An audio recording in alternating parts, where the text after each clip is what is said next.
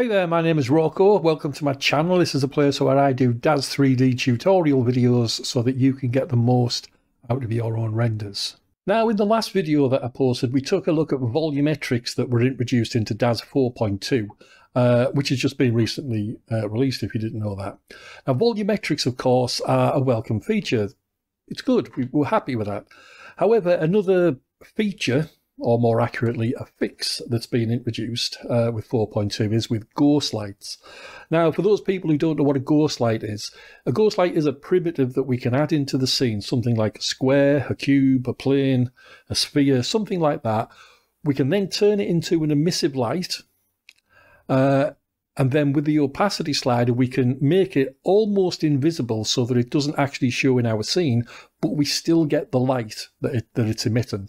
Now, they're great for lighting up backgrounds in our environments, or bringing sunlight in through a window, or in the example that we're going to do with here, lighting up our character. So what we need to do then is we need to come up to create, new primitive.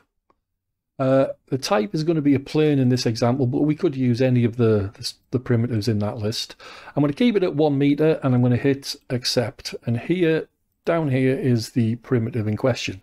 So what I'm going to do, with the plane connected, I'm going to come across to rotate, and I'm just going to rotate it around 90 degrees there. And then I'm going to position it right where I want it, which we'll do there. And if I can just get that little knobbly bit and pull it back, and then just rotate it slightly just so it's pointing down at our model. It should be good. Now, if we just spin our camera around a moment so we can see the front of our primitive, give it a select so we've got it selected, and then come down to Surfaces tab and Emission. What we need to do is change this to anything that's non-black, so I'll just come up about there, that'll be fine. You can see it turns white, and if we were to now swap over into Nvidia Iray, we can see that our plane isn't giving off that much light if we have a spin around there. What I'm going to do is I'm going to change our unit. Now, normally I don't, if you look at previous videos, normally I just leave it on base, but in this example I'm going to come down to this unit of measurement for the luminous watts, and as we can see, that's a really bright light. So what I'm going to do, I'm going to turn the lumen down to 100, and we can now see our model lit up.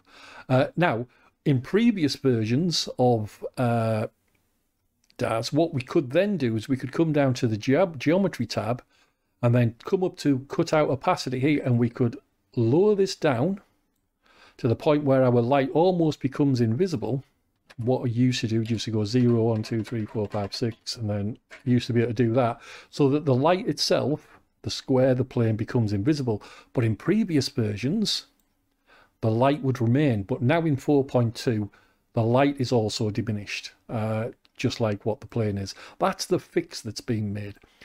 In 4.16, it would be if the model would be lit up as if our plane was in full light, just like that. Now, the way that we get around this fix is with sheer brute force, and by using sheer brute force we'll be able to get our ghost lights working as they were previously.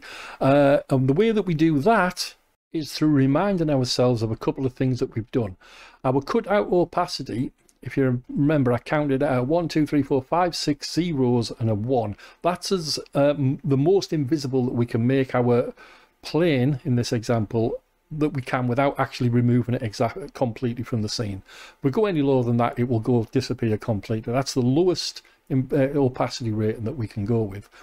Now, the 7 digits after the decimal point is important, because what we need to do with the sheer brute force method is come back to our emission, and on our luminance we have to increase that by 7 zeros effectively. So what we need to do, we need to come to our 100, just highlight that and go add 7 zeros into it. 1, 2, 3, 4, 5, 6, 7. Now, this is the reason why I changed the watts, because if I'd kept it at the original unit that I'd used previously, we wouldn't have enough space to be able to do this. So we add 7 zeros onto our 100 luminance that I previously had and give it a return, and now our character will get lit up as she has done from the plane and the ghost light that we've got. And as we can see, the ghost light there is invisible. And if we were to make this into more of a scene by looking through our camera and throwing an environment in there, we can see that she's lit up perfectly fine, as we would expect it to be lit up.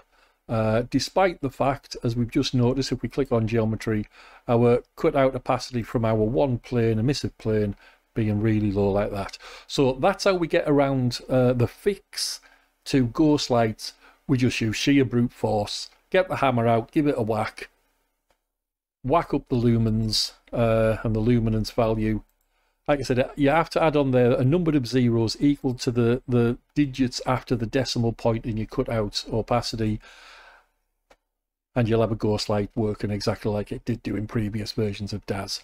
So I hope you've got something out of this video. I hope this has solved your problem with ghost lights. If so, give us a like down below. I really appreciate that. And if you haven't already, why not subscribe, as that'll really help me out big time, the channel as a whole. Finally, if you've got any questions about ghost lights, about Daz in general, or about anything that you might consider, drop it down below in the comments and I'll get back to you as soon as I possibly can. That's it, ghost lights. Thank you very much. I'll catch you next time. Bye bye now.